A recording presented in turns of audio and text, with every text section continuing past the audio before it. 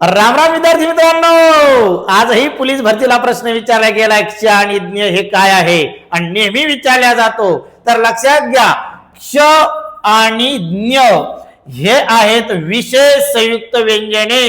जर या ठिकाणी आपण पाय मोडून लिहिले तर यांची फोड होते क अधिक श, म्हणजे या ठिकाणी क अधिक श म्हणजे क्ष.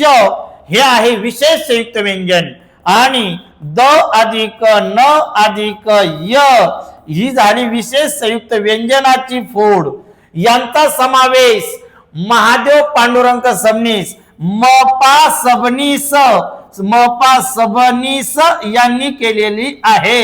यांचा समावेश. आणि लक्षात घ्या, जेव्हा आपण यांना पाय मोडून न लिहिता लिहितो म्हणजे असं लिहितो तेव्हा काय क अधिक श अधिक अ तेव्हा तयार होतो पूर्ण उच्चारित क्ष. तेव्हा याला म्हणायचं जोडाक्षर. आता तसंच द अधिक न अधिक य अधिक अ तेव्हा तयार होतं पूर्ण उच्चारित ज्ञ. तेव्हा याला म्हणायचं जोडाक्षर.